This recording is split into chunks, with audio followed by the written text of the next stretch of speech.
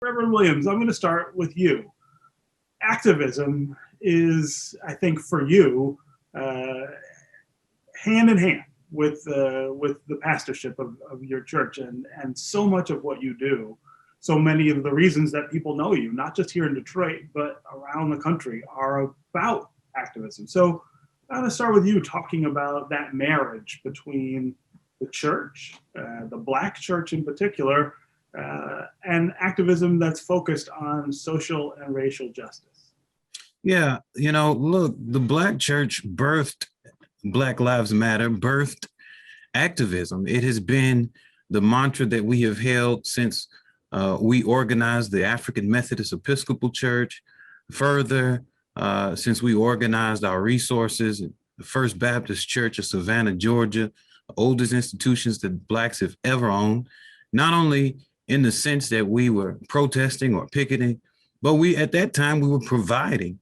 At that time, we were opening up our churches for Underground Railroad. This is what the fabric of what we've been for Black people since the inception of the Black church, the historic Black church, and it's what we plan to continue to be.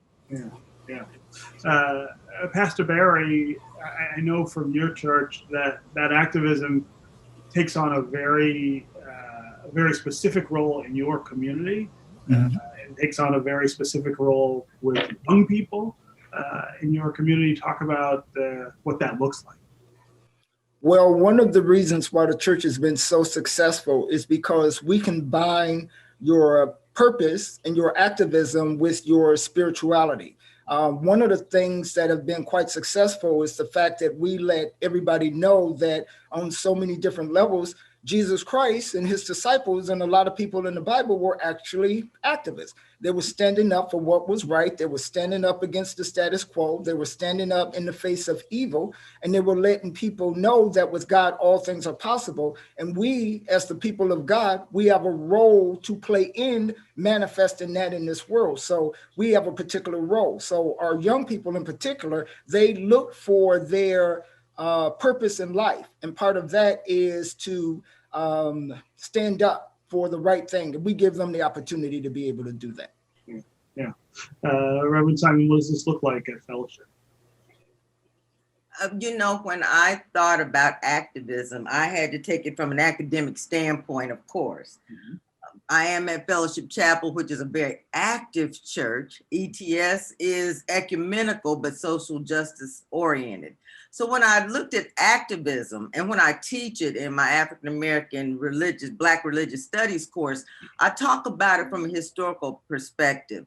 We came from Africa, and I don't mean we were enslaved. We come to America. And even within that transition, we have held on to what has been activism.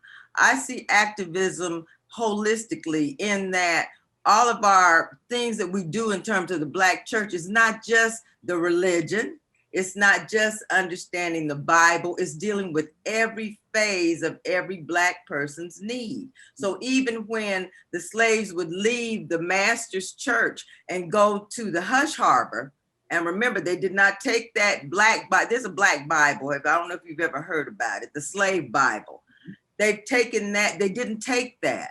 They sat down and they talked about how they were going to be active in terms of helping everybody that was part of that slave group through songs, because they sang in the fields to let people know they were going to be actively leaving, for freedom. They preached, they talked about the things that people need. And historically, that has been the activism in Black church. Black church still is the hub, the place where even if you don't go to church, when something happens, you'll go back to Black church to find out, well, how do we feel about this and what things have happened with that? And the other thing is it's a personal level where they'll look at who needs what. That's activism. Who's hungry? Who needs water? Who is not being fed? What kids are not being educated? And until about when people began to move out of Black communities, activism in the Black church was a neighborhood thing. Yeah. Reverend Williams, I feel like we're in a moment that is unlike most other moments that that those of us who are alive have ever really experienced. Obviously, the pandemic has something to do with that, but also the conversation about racism, the role it plays, about the opportunity to move forward again, maybe another few steps toward equality. I would love for you to talk about, for you, the role that the church is playing in that moment right now, and how it may look a little different from what the church has been asked to do before. You know, post the American Revolution, there were Blacks who were actually engaged in that.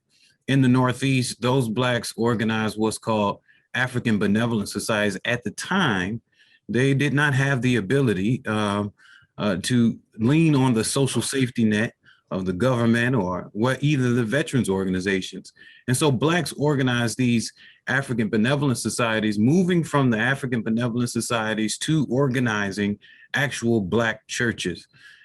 Two gentlemen organized the African Methodist Church as we know it today through African Benevolent Societies. These societies were social service agencies, which is why you probably see today that in the midst of a pandemic, you know, churches like Messiah and Pastor Barry's church and Reverend Anthony's church are serving as COVID-19 testing sites, are promoting the vaccine, are dealing with food insecurity, serving over 750,000 meals to a city that's written in poverty. I mean, social service and social engagement, being in tune with the community and being prepared to serve is what we have done from the very beginning of the Black church's inception. And so this is something that we continue to do. And it's something that we have done in this pandemic. You know, I know that there are many white denominations that shut down their churches and say, hey, you can't come in our buildings. We will not be doing anything. But the Black church has remained, the doors have remained open. Although we may not be meeting, we've remained open to continue to serve our community in this time. And so that is what's most important, I think, when you describe and when you define what a Black church looks like right now. In the midst of a pandemic, the doors are open and services are being offered to a community that's certainly written with so many social ills. What about the intertwining of the Black Lives Matter moment and the Black church? Absolutely. I mean, I can't tell you the amount of individuals who I've had in our congregations or that's in our congregation that continue to get involved in the protests and the demonstrations. But I think we, you know, when we look at the strength and the power of the Black church, it's not always in Black Lives Matter's protests. I think it's in our ability to make sure that we are engaged in getting folks out to vote. You know, look, there were folks who are in our congregation who may not have protested, but certainly identified with Black Lives Matter. But instead of protesting, they were at home calling folks and reminding them to make sure that they get out to vote. Why? Because Black Lives Matter. These key democratic issues, and I don't mean democratic in party, I'm talking about democracy in our engagement in this institution called the United States, are part of continuing on that thread of Black Lives Matter. Yeah. Pastor Barry, so much of the work that you guys do in your community is about sustaining the people who live there. Talk about what that work has looked like during COVID and how ravaged your community really has been by all of it. Yeah, the community, COVID kind of brought a lot of things to light that were kind of undercover. There were things that we found out as a community, as a city, that we honestly truly really were able to do. One of the things that kind of surprised me was the fact that we could get everybody's water turned back on, that we could run the buses for free. We found out that children were getting one of their major meals in school. So it brought a lot of things to light. Senior citizens, honestly and truly, could be offered to go into stores earlier than everybody else so that they didn't have to worry about everybody else in the store getting in the way. So we found out there were so many things that we really could do And COVID brought those things to light, and hopefully we won't turn our back on those things, because as things begin to change, we still need to be looking at those things. So COVID brought a lot of things to light. One of the other things too that it actually showed too, that the church is more than the building, that it really is the community, and it is making sure that the people eat, whether or not we're doing it on the inside of the building or on the street or in the parking lot. We found out that we were making sure that people were able to stay in their homes and be able to get their rent paid. We made sure that so many churches in Detroit was actually making sure that people had all of their necessities and were able to make ends meet. So it was all of these things that was taking place that we found out that we could do as a church and as a community. And we did find out that the church really is the people and not just the building. So that was one of the biggest things that came out of COVID. Yeah. Pastor Barry, so much of your work is also focused on opportunity, making sure that people in your community have opportunities to advance economically, to be more secure in their housing, more secure in terms of food and things like that. I wonder what effect COVID has had on the effort to push people forward, to give them more than what they have now. Well, one of the things that we found out was the needs of people a lot of times won't stop. And again, COVID kind of magnified that. But we found ways to solidify the work that we're doing. And one of the things that came out of that was a bigger partnership with Pastor Williams and with King Solomon. One of our people was able to solidify bringing in over 1,000 meals every day to people in the community and neighborhood because of the work and the outreach he had already had. So we wound up partnering with that outreach. That outreach literally led to us going to the city of Flint, being able to feed thousands of people in Flint. We found out that we were able to work with other community organizations that were not church, but because of the need that was in the community and neighborhood, we literally start working together and solidifying how we were able to be able to help the people. A great need that we expanded on was providing free internet to the community in Island View. We have the Equitable Internet Initiative where we give the internet for free, and we're kind of the competition to Comcast and AT&T. But it's provided by the church. We found out that we were able to expand that work to people in the community and neighborhood who before the pandemic did not necessarily need the internet, but because of the economic problem that was taking place with people losing their jobs, we found out that we can actually provide the internet to more people. So it kind of expanded the reach of the work that we were doing. And Stephen, if I could just comment behind him, Pastor Barry, look, I mean, the Black church has always provided an underground network of resources and messages, right?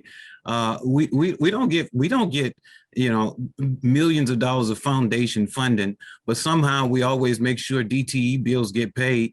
Somehow we always make sure water gets on. Somehow we always make sure rent gets taken care of. And somehow some who may have lost their jobs may get their jobs back at the call of a pastor. I mean, this is what the Black pastor has done. This is what the Black church has done. We have become the touch point for many folks who had come from the South to the North from the early 20s all the way up into present. And so we still serve that place. And maybe our megaphone isn't the loudest, but I'm willing to bet that you can go inside of a community and you can ask with any Black church that's doing relevant work, where do you go to get help if you need it? And they'll point to the Black church. Reverend Simon, the Black church has always, especially here in Detroit, played a big role in boosting Black Detroiters' participation in our democracy and engaging them in political activism. Talk about how that has looked different in the last year because of the things that have gone on. I think the activism is kind of like a reawakening, because one thing about the Black church is everybody is welcome. The doors are open. You might not have come to church since your grandmother brought you, but when things are happening actively, people come back to engage because they know that's the hub. It's like the brain power. And they come in not to just be told. That's another thing. They're coming to be fed. They're coming to share. They're coming to engage. So the activism in the Black church in Detroit has been very prevalent. You know, I talked about how the shrine, when Jeramogi unveiled the shrine, the Madonna and Child in Black, and how that changed the trajectory. And I talked to other denominations, and someone Catholic said that gave us the agency to sing gospel music, to stop listening to Latin. So just like this season, and I call it the post-Obama season, because up until the things that are happening now, people actually were believing that because we had a Black president, everything was all good. Oh, we're liberated, we're on top. And then they start to see that it wasn't enough. It's not, they didn't truly understand. And so the Black church has stepped up to help people with their understanding if they're willing to learn. It's not, Black church is not exclusive where you can't come in, we're not going to tolerate you. No, we welcome everybody. And that's been something that's part of the Black church too, even since civil rights. Now, if you come in and you're not correct, we'll help you get there. But the Black church has just been that hub always. We've got about 2 minutes left, but Reverend Simon, I want to hear you talk just a little about Black Lives Matter and the way that it interacts with the Black church. I think it's very, if a church is not paying attention to Black Lives Matter or embracing it, something has become a disconnect. Because it's not just like the 3 young ladies I'm talking about. It is a whole movement. It's a whole movement of awareness. It's a whole movement of justice. And when you say justice, I'm not talking about just social justice. It's economic justice. It's water justice. It's food justice. It's saying, let's step forward and pay attention to the things that are still trying to marginalize and disenfranchise and exclude people from wherever, not just the privileged, but not just the poor, but the privileged are suffering. So when we can't be a whole community, the community that God describes, it talks about Jesus being one. When we have to still be fragmented, that's probably why Black Lives Matter will certainly continue. There are tons of good things to read out there about it.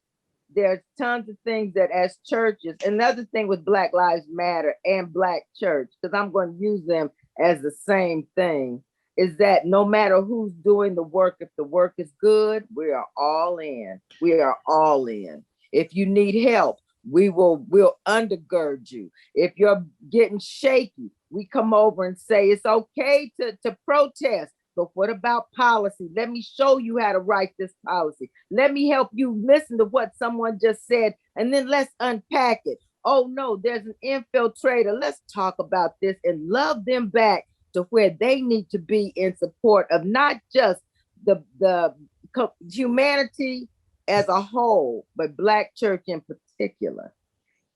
And I would just say, Dr. Simon, you are spot on. The Black church is Black Lives Matter. Richard Allen left the Methodist Church and started the Black church in the AME tradition because Black Lives Matter. Dr. King and Malcolm X, and the list just goes on of folks who have continued to say, hey, our lives matter, whether it's in a faith tradition or whether it's in the culture of this community. Thank you. Really great to have all 3 of you here to kick off our celebration, the Black Church of Detroit in 2021. Thanks very much. Thank you. Thank you. Thank you for having us.